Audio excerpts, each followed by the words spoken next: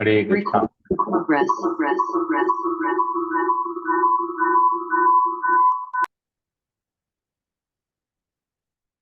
हरे कृष्णा। सभी भक्तों का हार्दिक स्वागत है। तो हम श्रीमद् भागवतम कर रहे हैं, दशम स्कंद, दूसरा अध्याय। देवता किस प्रकार गर्भस्थ कृष्ण की स्तुति करते हैं। जब भगवान श्री कृष्ण देवकी के गर्भ में आते हैं, प्रकट होते हैं, किस प्रकार देवता गण उनकी स्तुति करते हैं। तो कैसे कृष्ण आते हैं देवकी के गर्भ में, उस प्रोसेस को अभी हम समझ रहे हैं। इसके पीछे क्या प्लानिंग था। तो हमने पिछली बार 7 नंबर श्लोक किया था, जिसमें भगवान जो है योग माया को आदेश दे रहे हैं कि देवकी के घर में संकर्षण या शेष नाम का मेरा अंश प्रकट होगा। तुम उसे बिना किसी कठिनाई से रोहिणी के घर में स्थानांतरित कर दो, तो ट्रांसफर कर दो। देवकी के गर्भ से लेके रोहिणी के गर्भ में संकर्षण को या शेष को, जो कि बलराम जी के नाम से जाने जाएंगे, उनको तुम स्थानांतरित कर दो। तो हमने पढ़ा था इसके पीछे क्या प्लानिंग था भगवान का, कि 6 पुत्र पहले कंस ने वध किया, फिर 7वें में बलराम जी प्रकट होते हैं और 8वें कृष्ण प्रकट होते हैं। तो ये हमारे जीवन में कितना रेलेवेंट लगता है, पर्सनल एप्लीकेशन क्या है, इसके बारे में भी हमने चर्चा किया था। कि जब तक हमारे हृदय में ये जो 6 चीजें हैं, काम, क्रोध, लोभ, मोह, मद एवं मात्सर्य, ये जब तक खत्म नहीं होता है, तब तक हम गुरु की शरण, जो 7वां जो पुत्र है संकर्षण या बलराम जी, हम उनकी शरण नहीं ग्रहण कर सकते हैं। तो गुरु की शरण ग्रहण करने के लिए, पूर्ण रूप से शरणागत होने के लिए, हमें ये 6 चीज को पहले खत्म करना पड़ेगा। कंस भय का प्रतीक है, तो भय से ये 6 चीजें खत्म होती है। तो हमारे लिए भय क्या है, भक्तों के लिए क्या भय है, हमने पढ़ा था कि भक्तों का भय है कि उनको दोबारा जन्म नहीं लेना पड़े। दोबारा जन्म लेंगे ये भय हमेशा रहता है। भौतिकतावादी लोगों के लिए भय है किस प्रकार उनकी किसी चीज उनसे छीन नहीं जाए, खत्म नहीं हो जाए किसी चीज का उनसे। उनको इतनी आसक्ति होती है भौतिक वस्तु के प्रति, किंतु भक्तों की आसक्ति क्या है, भगवान के प्रति है। तो उनको हमेशा भय रहता है कि भगवान न मिलके हमको दोबारा एक शरीर मिले, ये भय रहता है। तो ये भय से कि हम दोबारा शरीर पाएंगे, इसलिए हम इसी शरीर में काम, क्रोध, लोभ, मोह, मद एवं आश्चर्य को खत्म करते हैं। तो हमको गुरु की कृपा मिलती है, और गुरु की कृपा से जो 8वां पुत्र जो आता है गर्भ में, हमारे भक्ति के में जो प्रकट होता है, हमारे भक्ति में जीवन में जो प्रकट होता है, वो है स्वयं भगवान श्री कृष्ण, गुरु की कृपा से। और देव की जो है भक्ति का प्रतीक है। ये चीज हमने पढ़ा था। तो अभी आगे और क्या उपदेश देते हैं भगवान योग माया को, हम लोग आज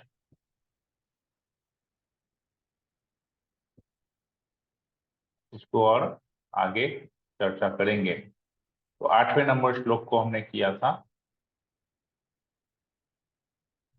7 और 8 किया था।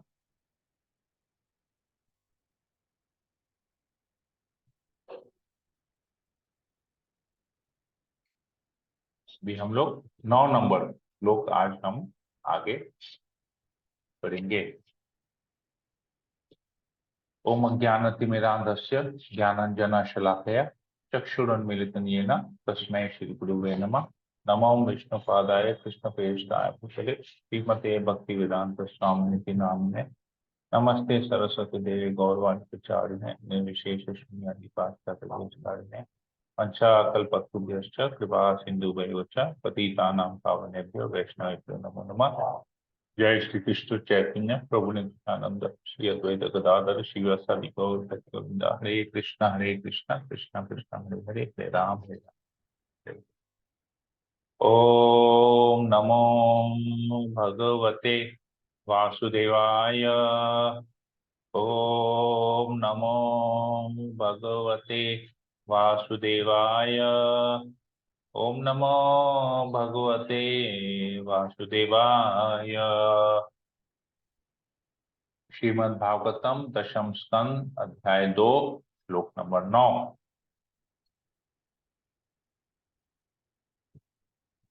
भगवान कहते हैं योग माया को, हे सर्व कल्याणी योग माया, तब मैं अपने 6 ऐश्वर्यों से, मतलब जब तुम रोहिणी के गर्भ में, देवकी के गर्भ से मेरा जो अंश है संकर्षण या शेष, उसको तुम जब रोहिणी के गर्भ में ट्रांसफर करोगी, तो मैं अपने 6 ऐश्वर्यों से युक्त होकर देवकी के पुत्र रूप में प्रकट होऊंगा और तुम महाराज नंद की महारानी माता यशोदा की पुत्री के रूप में प्रकट होगी। देखिए एकदम क्लियर भगवान यहां स्पष्ट कह रहे हैं कि मैं देवकी के रूप, पुत्र के रूप में प्रकट होऊंगा। मतलब भगवान चेंज नहीं होते हैं।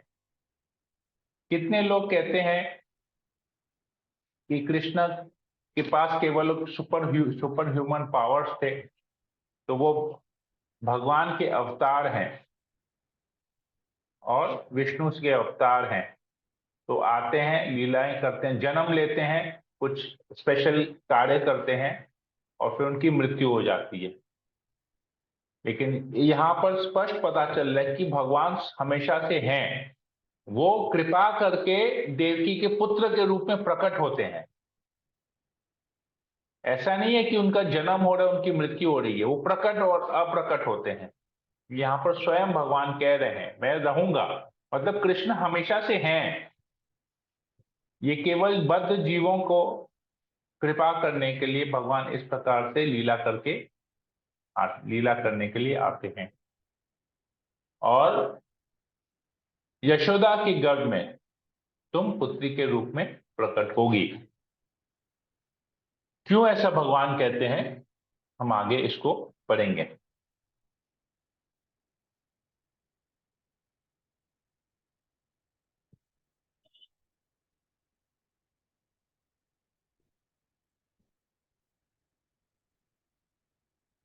इधर प्रभुपाद जी के कुछ तात्पर्य में कुछ इंपॉर्टेंट पॉइंट है, हम लोग यहां से पढ़ते हैं। जैसा कि पिछले श्लोकों में बतलाया जा चुका है, योग माया से कहा गया कि वह देवकी के गर्भ से संकर्षण बलदेव को निकाल करके रोहिणी के गर्भ में स्थानांतरित करें, और यह उसके लिए भारी कार्य था। वह समझ ही नहीं पा रही थी कि संकर्षण को किस तरह खींचे। इसलिए कृष्ण ने उसे शुभे कहकर संबोधित किया, तुम्हारा कल्याण हो, तुम मुझसे शक्ति प्राप्त करो और तुम इस काम को कर सकोगी। देखिए योग माया भी भगवान के ऊपर निर्भर है।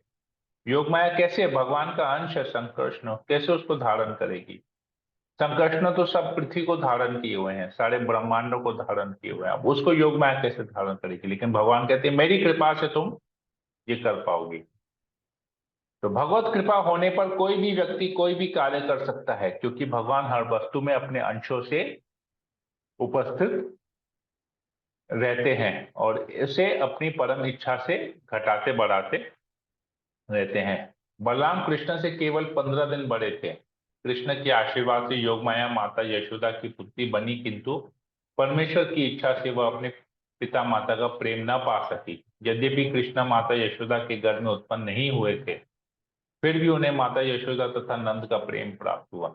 कृष्ण के आशीर्वाद से योगमाया को माता यशोदा की पुत्री होने का गौरव प्राप्त हो सका। यशोदा भी कृष्ण के आशीर्वाद से प्रसिद्ध हो गई। यशोदा का अर्थ है यश देने वाली। तो हालांकि जन्म उनका हुआ योग माया का देवकी के गर्भ से और यशोदा के गर्भ से, परंतु उसको ये सौभाग्य प्राप्त था, भगवान की कृपा से तो ये सौभाग्य प्राप्त हुआ कि तुम यशोदा की पुत्री बनो। परंतु उनको प्रेम नहीं मिला, क्योंकि ये भगवान की सेवा है। तो हम कई बार एक्सपेक्ट करते हैं अपने जीवन में, निजी जीवन में, कि हम कोई सेवा करते हैं तो सेवा के बदले में हमारी प्रशंसा हो। हम जिनकी सेवा करते हैं, हम जिन भक्तों की सेवा करते हैं, वो भक्त हमारी गुणावली करें, हमारा गुणगान करें।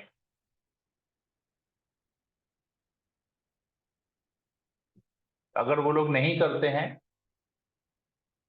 अगर हमको उस प्रकार का उचित सम्मान नहीं मिलता है, तो हम रुष्ट हो जाते हैं और कहते हैं हम अगली बार से सेवा नहीं करेंगे। हमने इतना सेवा किया, हमारा किसी ने तारीफ नहीं किया, हमारी सेवा के बारे में किसी ने कुछ बोला ही नहीं।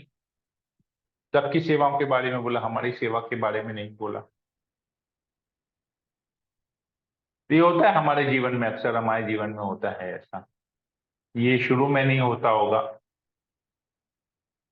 लेकिन जब हम भक्ति में थोड़ा सा आगे बढ़ते हैं तो ऐसा प्रतीत होता है। जब हम बहुत सारी सेवाएं करते हैं, इनिशियल में तो हमको कुछ कुछ सेवा मिलती है जिसको हम बड़े उत्साह के साथ करते हैं, लेकिन जो ही हम भक्ति में आगे बढ़ते हैं और हमको बहुत सारी सेवाएं मिलती है और हमको ऐसा प्रतीत होता है कि हम जो सेवा कर रहे हैं वो सेवा करने का योग्य पात्र कोई है ही नहीं, हम ही हैं केवल उसी सेवा को करने वाले। तो हम फिर ऐसा हमें जीवन में प्रतीत होता है कि हमारी प्रशंसा नहीं हुई, हम इतनी सेवा की है।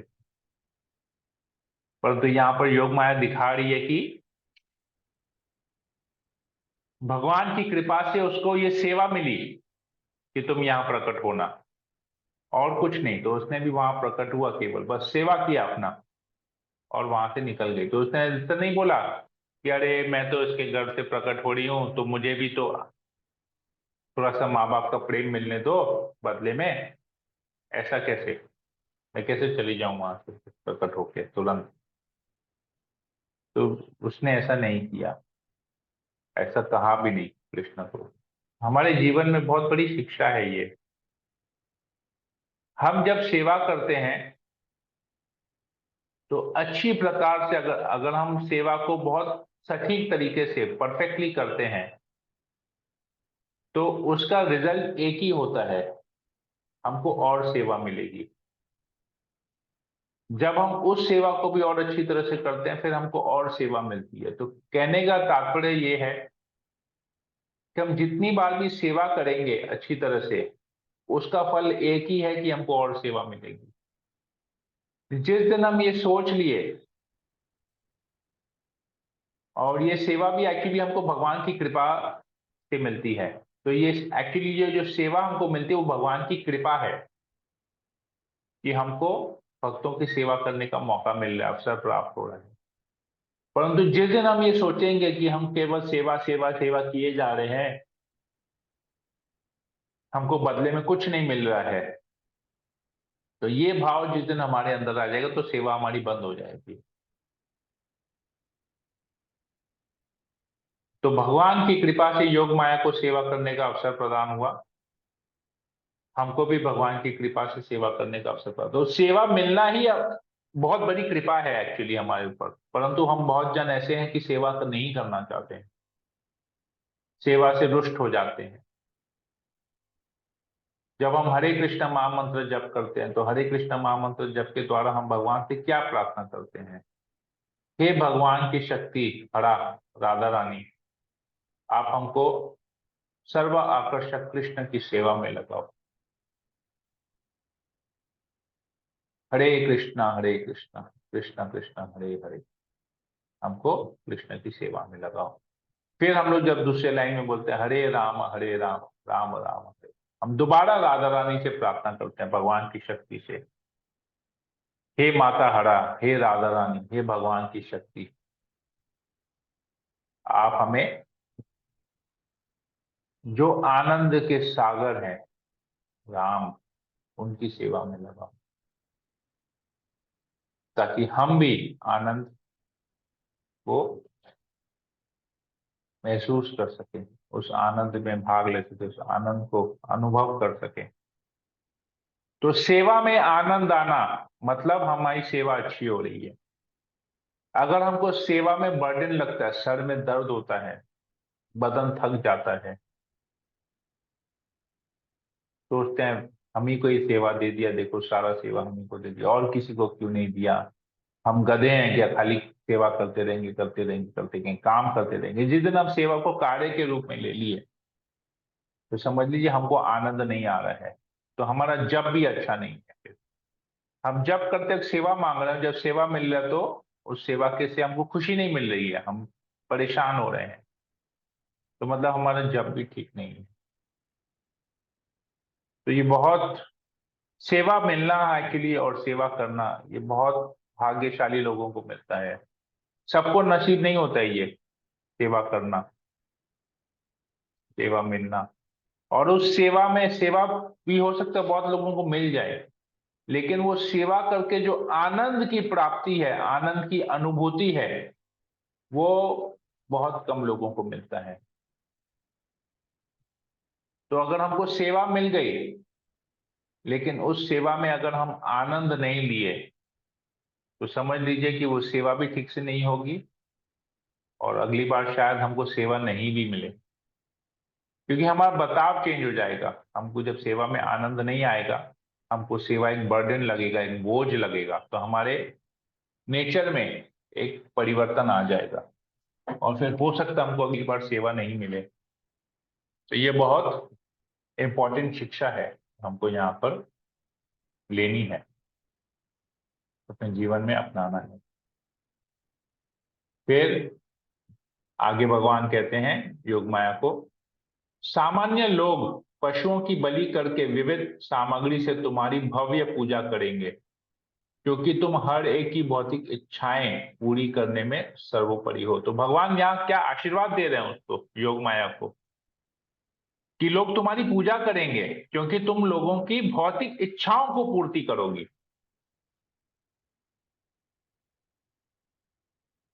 तो किसी देवी की पूजा यहाँ पर भगवान कह रहे हैं, और लोग अगर कहेंगे नहीं हम देवी की पूजा कर रहे हैं, हमारी कोई भौतिक इच्छा नहीं है, तो वह गलत है।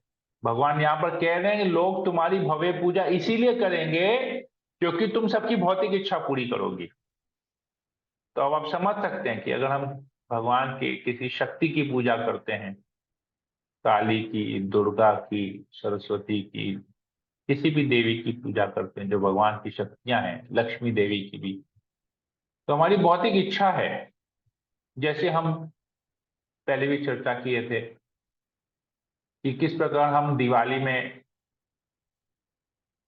लक्ष्मी गणेश की पूजा करते हैं। किस लिए पूजा करते हैं लक्ष्मी गणेश की? कोई कहता है हमारी परंपरा से है लक्ष्मी गणेश की, लेकिन लक्ष्मी गणेश की पूजा हम भौतिक भौतिक लाभ के लिए करते हैं, शुभ लाभ लिखते हैं उसमें, मतलब हम भौतिक लाभ के लिए करते हैं। कभी लिखते हैं कि लक्ष्मी गणेश की पूजा करते हैं शुभ शुद्ध भक्ति मिले, नहीं, हम लिखते हैं शुभ लाभ मिले, सब कुछ मंगल हो। गणेश की पूजा मंगलमय, और लक्ष्मी की पूजा कि धन आए हमारे घर में, मंगलमय हो और धन आए हमारे घर में, या धन आने से ही सब कुछ मंगलमय होगा, या मंगलमय होगा और धन आएगा। तो ये मूड रहता है लक्ष्मी गणेश की पूजा करने का। कभी हम लिखते हैं कि शुद्ध भक्ति मिले हमको इसलिए हम लक्ष्मी गणेश की पूजा कर रहे हैं, नहीं, भौतिक इच्छाएं। भगवान कह रहे हैं यहाँ पर। तो यहाँ पर बहुत तात्पर्य में प्रभुपाद जी यहाँ पर एक जगह लिखते हैं, जिस तरह कृष्ण की पूजा हेतु भारत में अनेक पवित्र स्थान हैं, उसी तरह दुर्गा देवी या यशोदा की पुत्री के रूप में उत्पन्न माया देवी की पूजा के भी अनेक पवित्र स्थल हैं। जैसे हम शक्तिपीठ देखते हैं ना, सब जगह शक्तिपीठ है। हम लोग पिछले साल नैमिषारण्य में भी गए थे यात्रा में, तो वहां पर भी शक्तिपीठ थी, शक्तिपीठ था, वहां पर लोग आते थे वहां दर्शन करने के लिए। तो बहुत सारे शक्तिपीठ हैं। एक हमारे यहाँ पर पास में ये बंगाल, एक तो कलकत्ते में शक्तिपीठ है, काली देवी का है। एक बंगाल के कलकत्ते के पास में ही है, जब हम लोग एक चक्र धाम जाते हैं तो उसके पहले एक शक्तिपीठ आता है, वहां पर भी है। तो ऐसे बहुत सारे जैसे भगवान कृष्ण की बहुत सारे पवित्र स्थल हैं। उसी प्रकार देवी की भी, माया देवी की पूजा के भी अनेक पवित्र स्थल हैं। तो कंस को छलने के बाद माया देवी सामान्य लोगों से नियमित पूजा करने के लिए अनेक स्थानों में, विशेष रूप से विंध्याचल में विकीर्ण हो गई। मनुष्य को तो वास्तव में आत्मा तत्व अर्थात आत्मा का सत्य तथा परमात्मा को जानने में रुचि रखनी चाहिए। जो लोग आत्म तत्व में रुचि रखते हैं वे भगवान की पूजा करते हैं। फिर भी जैसा कि इस अध्याय के अगले श्लोक में बताया गया है, जो लोग आत्म तत्व को नहीं समझते वे योग माया के विभिन्न रूपों की पूजा करते हैं। तो जो आध्यात्मिक जीवन को नहीं समझते हैं वो योग माया की पूजा करते हैं, माया देवी की पूजा करते हैं। क्लियर यहाँ पर बताया जा रहा है। जो लोग इस भौतिक संसार में बने रहना चाहते हैं और आध्यात्मिक मुक्ति में रुचि नहीं रखते, उनके पास करने के लिए अनेक कार्य होते हैं। किंतु जो आध्यात्मिक मुक्ति में रुचि रखते हैं उसका एकमात्र कर्तव्य होता है कि वे पूरी तरह कृष्ण की शरण ग्रहण कर ले। ऐसा व्यक्ति भौतिक भोग में रुचि नहीं रखता। इसी को ही आगे कंटिन्यू करते हैं। भगवान कृष्ण ने माया देवी को यह कहकर आशीर्वाद दिया, लोग तुम्हें पृथ्वी पर विभिन्न स्थानों में विभिन्न नामों से पुकारेंगे, यथा दुर्गा, भद्रकाली, विजया, वैष्णवी, कुमुदा, चंडिका, कृष्णा, माधवी, कन्यका, माया, नारायणी, ईशानी, शारदा तथा अंबिका। तो ये नाम से, अलग अलग नामों से, अलग अलग पृथ्वी पे अलग अलग जगहों पे इस नाम से पूजी जाएगी। जैसे वैष्णो देवी जाते हैं तो वैष्णवी, वैष्णो देवी क्या है? जो वैष्णवी देवी है वहां पर है तो दुर्गा ही। भद्रकाली, दुर्गा, दुर्गा तो हमारे बंगाल में बहुत फेमस है, दुर्गा पूजा होती है यहाँ पर। चंडिका नाम से है, चामुंडा देवी हम लोग जानते हैं, अंबिका देवी जानते हैं, शारदा जानते हैं। ऐसे अलग अलग नामों से, अलग अलग स्थान में अलग अलग नाम से ये जानी जाएगी। भगवान कह रहे हैं यहाँ पर, तो अब देख सकते हैं कितना स्पष्ट है यहाँ पर।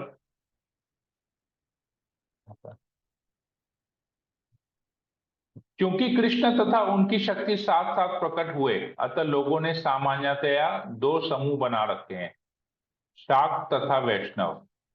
और कभी कभी दोनों में स्पर्धा चलती रहती है। अनिवार्य रूप से जो लोग भौतिक भोग में रुचि रखते हैं वे शाक्त हैं, और जो आध्यात्मिक मोक्ष तथा आध्यात्मिक धाम प्राप्त करने में रुचि रखते हैं वे वैष्णव है। क्योंकि लोग सामान्यतया भौतिक भोग में रुचि रखते हैं, अतः वे भगवान की शक्ति माया देवी की पूजा करते हैं। किंतु वैष्णव जन शुद्ध शाक्त अथवा शुद्ध भक्त होते हैं, क्योंकि हरे कृष्ण महामंत्र भगवान की शक्ति हरा की पूजा से सूचित करता है। प्रत्येक वैष्णव भगवान की शक्ति से प्रार्थना करता है कि वह ऐसे अवसर प्रदान करे जिससे वह भगवान की सेवा उनकी आध्यात्मिक शक्ति समेत कर सके। इसलिए सभी वैष्णव जन राधा कृष्ण, सीताराम, लक्ष्मी नारायण और रुक्मिणी द्वारकाधीश जैसे अर्चा विग्रहों की पूजा करते हैं। किंतु दुर्गा शक्त लोग भौतिक शक्ति की पूजा विविध नामों से करते हैं। माया देवी जिन जिन नामों से विभिन्न स्थानों में जानी जाती है उसकी सूची वल्लभ आचार्य ने दी है। वे वाराणसी में दुर्गा, अवंती में भद्रकाली, उड़ीसा में विजया और कोल्हापुर में वैष्णवी या महालक्ष्मी की कही जाती है। महालक्ष्मी तथा अंबिका की प्रतिनिधि मुंबई में है। वे कामरूप प्रदेश में चंडिका, उत्तर भारत में शारदा तथा कुमारी अंतरीप में कन्यका कहलाती है। इस तरह वे विभिन्न स्थानों में विभिन्न नामों से के अनुसार जानी जाती है। माया को दुर्गा इसलिए कहते हैं क्योंकि उन्हें कठिनाई से प्राप्त किया जाता है। उन्हें शुद्ध होने के से भद्रा और गहरे नीले रंग के होने से काली कहा जाता है। अत्यंत शक्तिशाली होने से विजय और विष्णु की विभिन्न शक्तियों में से एक होने के कारण वे वैष्णवी कहलाती है। भौतिक जगत का भोग करने तथा भोग की सुविधाएं प्रदान करने के कारण कुमुदा, शत्रुओं असुरों के प्रति कठोर होने के कारण चंडिका और समस्त भौतिक सुविधाएं प्रदान करने के कारण वे कृष्ण कहलाती है। इस तरह भौतिक शक्ति के विविध नाम हैं और वे पृथ्वी पर विभिन्न स्थानों में स्थित हैं। तो बहुत सुंदर यहाँ पर प्रभुपाद जी भगवान कह रहे हैं यहाँ पर दुर्गा देवी को, माया देवी को ये आशीर्वाद दे रहे हैं, उपदेश दे रहे हैं, कुछ आदेश दे रहे हैं करने के लिए, और साथ ही साथ आशीर्वाद भी दे रहे हैं। तो देख सकते हैं यहाँ पर एक और शिक्षा हमको मिलती है कि अगर भगवान का कोई भक्त, अगर कोई भी जीव भगवान की सेवा में लगता है तो वो फेमस बन जाता है। माया देवी भगवान की सेवा लगी तो पूरे विश्व में फेमस हो गई। भारत में तो है ही है, पूरे विश्व में भी है, अलग अलग नामों से वो जानी जाती है। तो जो भी व्यक्ति अगर कृष्ण की सेवा करता है ठीक से, कृष्ण के आदेशों का पालन करता है, भगवान के आदेशों का पालन करता है, तो वो फेमस हो जाएगा। यहाँ पर एक एग्जाम्पल हम दे रहे हैं, लोग उसकी पूजा करेंगे। तो हमको भी इसलिए, अगर हमको भौतिक लाभ चाहिए भी, अगर लोग चाहते हैं कि हमको लोग पूजें, हमारी वाहवाही हो, तो कृष्ण की सेवा करें, कृष्ण की भक्ति करें, तो हमारी वाहवाही अपने आप हो जाएगी। लेकिन ये वाहवाही भी क्योंकि कृष्ण की कृपा से मिली है, तो ये सब कुछ कृष्ण को अर्पण हो जाना चाहिए, हमको इसका भोग नहीं करना चाहिए। परंतु लोग भोग करते हैं, बड़े बड़े जगहों पे लोग, हम सुनते हैं कि किस प्रकार वो लोग भागवत कथा करते हैं और फेमस हो जाते हैं और करोड़ों रुपया धन कमाते हैं भागवत कथा करके, कृष्ण की कथा करके। तो देखिए, जो कृष्ण कथा करता है वही फेमस हो जाता है, तो उससे जो कृष्ण भक्ति करेगा वो कितना फेमस होगा। हरे कृष्णा। तो हम यहीं पर ही रखते हैं कथा पर, यहीं पर ही विराम देते हैं 12 नंबर श्लोक तक। 13 नंबर श्लोक से हम आगे कल चर्चा करेंगे। हरे कृष्णा। तो किसी भक्त को कोई प्रश्न हो या कुछ कमेंट हो तो हम ले सकते हैं, 5 मिनट समय है हमारे पास। हरे कृष्णा।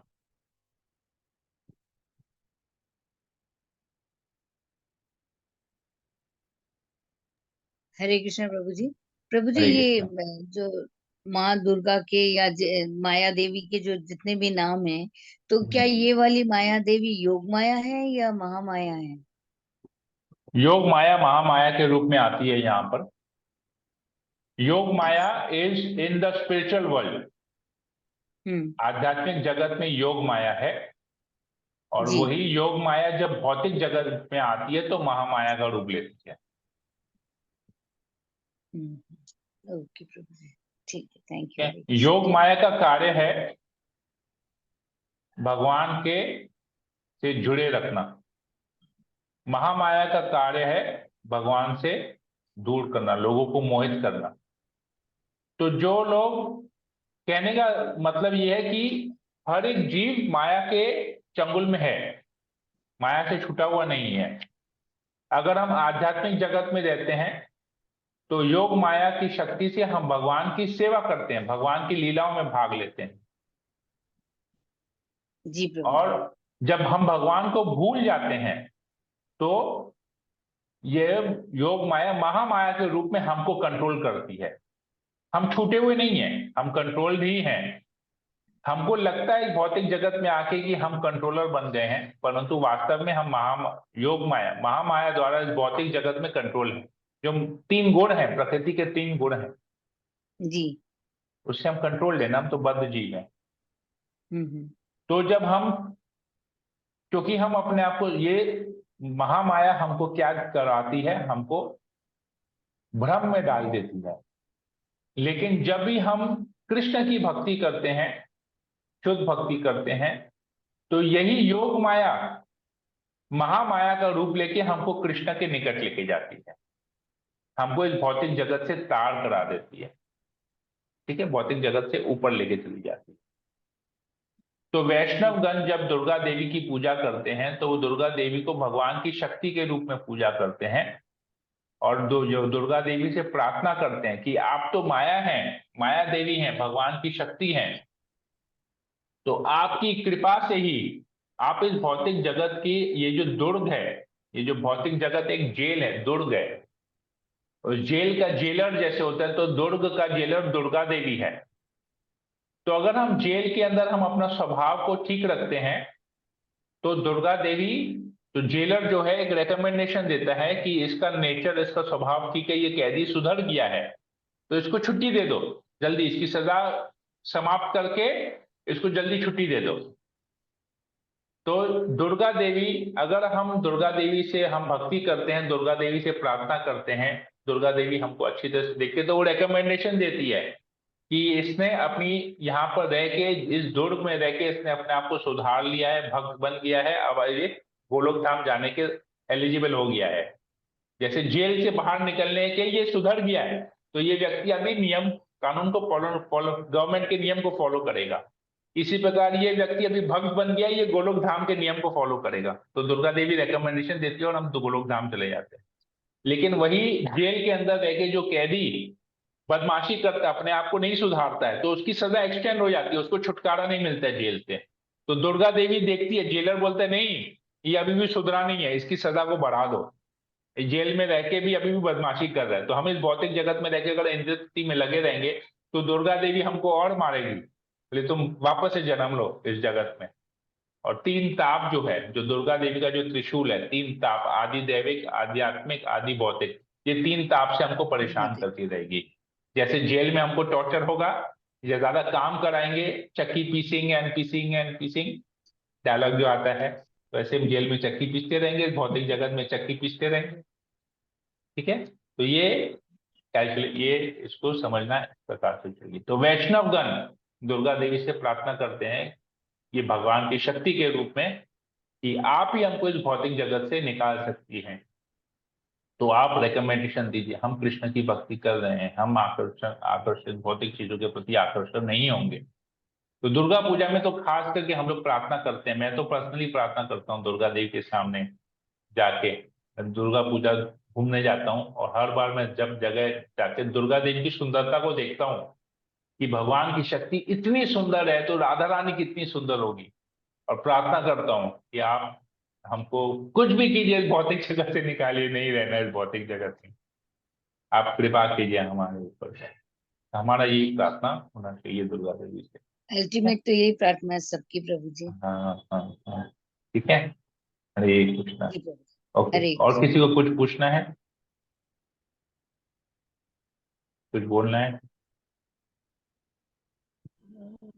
बहुत अच्छा समझाया प्रभु जी, बहुत ही अच्छे से। इतना मतलब कि माया देवी का और कृष्ण जी का उसका जो क्लैरिफिकेशन जो दिया है ना, बहुत अच्छे से दिया है प्रभु, कि उसका डिफरेंस भी है और डिफरेंस नहीं भी है। हाँ, तो प्रभु दिस मीन्स जो कृष्ण भक्त होगा वो दुर्गा देवी को कैसे विजुअलाइज करेगा, उससे क्या मांगेगा, और जो एक ऑर्डिनरी पर्सन होगा वो देवी को कैसे विजुअलाइज करेगा और क्या मांगेगा। तो ये तो यहाँ डिफरेंस हमने समझ लिया ना। यस प्रभु। भौतिक जो नॉन डिवोटी है वो दुर्गा को पूजा करेगा, उससे भौतिक ऐश्वर्य मांगेगा, और जो जी। भक्त है वो इस भौतिक जगत से छुटकारा से मांगेगा। छुटकारा मांगेगा। तो दुर्गा देवी वही है, माया देवी ही है, योग माया है, महामाया है। अब आप उसको महामाया के रूप में पूजना चाहते हैं तो उससे ऐश्वर्य मांगेंगे, उसको योग माया के रूप में पूजना चाहते हैं तो उससे मोक्ष मांगेंगे, कृष्ण की भक्ति मांगेंगे। ठीक है, हरे कृष्णा। देखिए कितना ज्ञान, प्रभुपाद की कृपा से कितना ज्ञान हमको मिलता है, हम सटीक ठीक ठीक समझ पाते हैं कि हमको क्या करना चाहिए। हरे कृष्णा। ओके, मीना गुप्ता माता जी, आपको कुछ पूछना है? नहीं प्रभु जी। ठीक, और किसी भक्त को कुछ प्रश्न है? सोनल अग्रवाल माता ji, you want to ask anything? No Prabhu ji, clear हो गया बिल्कुल। ठीक, आपके प्रभु हैं क्या, सुन नहीं रहे हैं? प्रभु, अभी नहीं है। ओके, चलिए ठीक है। ओके, और किसी को कोई प्रश्न? नवीन प्रभु, राजू प्रभु, नहीं प्रभु जी, क्लियर है। क्लियर है। ओके, अखिलेश प्रभु, सुमन चौरसिया माता जी, ओके ठीक है। और हरे किसी कृष्ण। कुछ? प्रभु हरे बोल कृष्ण। रहे हाँ बोलिए, सुमन माता जी बोलिए। और मतलब भोले बाबा की कृपा से ही तो भक्ति मिलती है, कृष्ण भक्ति ना। हाँ हाँ, शिव जी की कृपा से, शिव भी तो परम वैष्णव है ना, तो शिव जी की कृपा से भी हमको कृष्ण भक्ति मिलती है। तो जब शिवरात्रि होती है तो शिवरात्रि में भी हमको कृष्ण से प्रार्थना करना चाहिए। कि कैसे हमको जो है मिले। तो वो बोल रहे हैं, मान लीजिए कि जब उनका सावन आवे चाहे उनका दिन आवे तो उनको भी थोड़ा मतलब पूजा करना ही चाहिए उनका हाँ, भी। क्यों नहीं करना चाहिए, क्योंकि भगवान के रूप में नहीं, भगवान के भक्त के रूप में उनसे कृपा मांग, उनसे भक्ति की प्रार्थना करें तो गलत क्या है। हम वैष्णव की सेवा करते हैं ना। किस लिए वैष्णवों की सेवा करते हैं, भक्तों की सेवा किस लिए करते हैं? ताकि भक्तों की सेवा करके उनको कृष्ण का प्रेम मिलेगा, कृष्ण की भक्ति मिलेगी। तो शिव जी भी तो परम वैष्णव है, उनकी भी सेवा करनी चाहिए। उनकी भी और सेवा करेंगे तो उनकी सेवा से हमको दर्शन कृष्ण की करना भक्ति चाहिए। मिलेगी। लेकिन कृष्ण शिव की सेवा करते करते, शिव की भक्ति करते करते कृष्ण को नहीं भूलना चाहिए। नहीं लोग भूलना शिव की नहीं। भक्ति करके कृष्ण को भूल जाते हैं, वो गड़बड़ हो मतलब जाता है। मेन पॉइंट मैंने कृष्ण जी को रखना चाहिए, राधा रानी को, हाँ लेकिन मैंने हाँ सबको सम्मान देना चाहिए। हाँ उनका जब हाँ समय हाँ आवे उनका पूजा हाँ करना चाहिए। हाँ हाँ, हाँ। ठीक ठीक है है। प्रभु, हरे कृष्ण प्रभु, हरे दंडवत। कृष्णा। हरे- तो प्रभु जी इस समय मेरे नाम का ईशानी का मतलब है दुर्गा देवी का नाम ये का सब एक भगवान, वन ऑफ द आप नेम। भगवान की शक्ति हैं, भगवान की शक्ति की आप दासी हैं। ठीक है। ठीक ईशानी इंदिरा देवी दासी, भगवान की शक्ति। ठीक है। हरे जी कृष्णा। हरे तो योग माया, कृष्ण। आप योग माया की जो है, योग माया भगवान की शक्ति है, जो स्पिरिचुअल वर्ल्ड की शक्ति है। तो योग माया के किसी एक नाम से, योग माया के नाम में एक ईशानी नाम भी है। तो अगर लोग आपकी पूजा करेंगे तो सोचिए उनको भौतिक भौतिक ऐश्वर्य मिल जाएगा। ईशानी। लेकिन अगर भक्त के रूप में पूजा करेंगे, मतलब आपकी सेवा करेंगे, तो उनको कृष्ण की कृपा मिलेगी। ठीक है। हरे कृष्णा। हरे ठीक है, कृष्ण तो हम हरे सेशन को यही कृष्ण। एंड करते हैं। हरे कृष्णा कृष्ण कृष्ण कृष्ण कृष्ण हरे हरे, कृष्ण हरे हरे हरे राम हरे हरे राम राम हरे राम राम राम। राम राम हरे वाञ्छा हरे। कल्पतरुभ्यश्च कृपा सिन्धुभैव च पतितानां पावनेभ्यो वैष्णवेभ्यो नमो नमः। संवेद भक्तवृंद की जय। जगत गुरु श्रील प्रभुपाद की आदि जय। की जय। ग्रंथ राज श्रीमद् भागवतम की भागवतम जय। की जय। हरे कृष्णा। हरे धन्यवाद प्रभु जी, कृष्ण। दंडवत।